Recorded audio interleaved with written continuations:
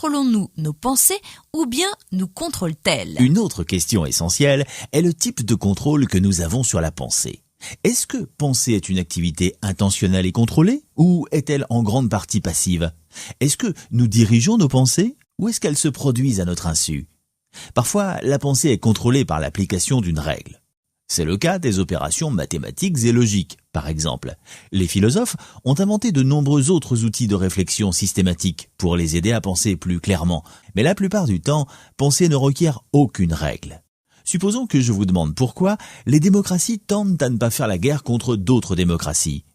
Si vous n'avez pas examiné cette question au préalable, vous pourriez avoir besoin d'y réfléchir. Qu'est-ce que cela implique exactement? Probablement que vous allez simplement vous poser la question à vous-même et attendre que quelque chose vous vienne à l'esprit. Parfois, rien ne se passe. En d'autres occasions, quelque chose d'intelligible jaillit de votre inconscient. De toute façon, il n'existe pas de règle que vous pouvez suivre afin de générer la réflexion nécessaire. Le rôle de la conscience semble se limiter ici à assurer que votre enchaînement de pensées ne dévie pas du sujet. Nous sommes cependant étonnamment peu efficaces pour empêcher notre esprit de s'évader. Dans une étude, des personnes devaient lire un passage et surveiller à quel moment ils étaient